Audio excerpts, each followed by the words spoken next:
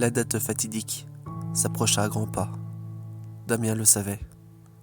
Le fait d'y penser ne l'enchantait guère. Cette fameuse date du 18 juillet 2020, le jour du mariage de Marina, sa cousine âgée de 28 ans.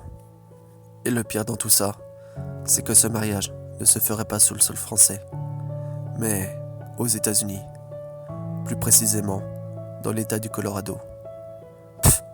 Ils n'auraient pas pu faire leur mariage ici, en Normandie, rechignait Damien à chaque fois que sa famille lui en parlait sur les réseaux sociaux. Ça aurait pu me faire économiser le billet d'avion, ajoutait-il dans la foulée, tout en faisant preuve de radinerie. Mais à chaque fois, il pensait au continent sur lequel il devait se rendre le mois suivant. Les États-Unis.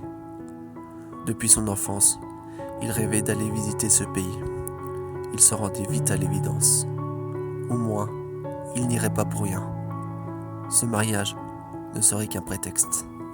15 jours avant ce dernier, pour voyager à travers le pays, d'est en ouest, puis vers le nord, pour aller à ce mariage merdique. L'affaire d'une nuitée ou deux, et ensuite, une bonne semaine pour revenir à son point de départ. Et la boucle sera bouclée, pensait-il. C'était décidé. Son périple était déjà prévu. La date de son envol était déjà fixée, à savoir le vendredi 3 juillet. Damien devait prendre son avion à l'aéroport Charles de Gaulle à Paris vers 14h pour arriver à New York vers 21h30. Prendre une chambre d'hôtel sur place et le lendemain allumer les vacances aux States, Chicago, Los Angeles, Las Vegas, Miami. Ces villes étaient pour Damien un véritable rêve de les visiter.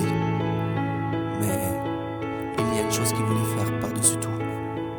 C'était la route 66. Cette route mythique traversant la moitié du pays en reliant Chicago et Santa Monica. Pour lui, parcourir cette route est une chose, mais la faire sur une Harley Davidson est encore mieux. Pendant ces 15 premiers jours, Damien prendrait un véritable plaisir à faire toutes ces choses. Ça sera des souvenirs inoubliables, se disait-il. Et puis même, s'il louperait le mariage de sa cousine, car il flânerait quelque part, il n'aurait qu'à prévenir de son retard.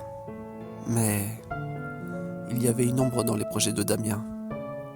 Un événement qui, dans son voyage, se produira un mois plus tard.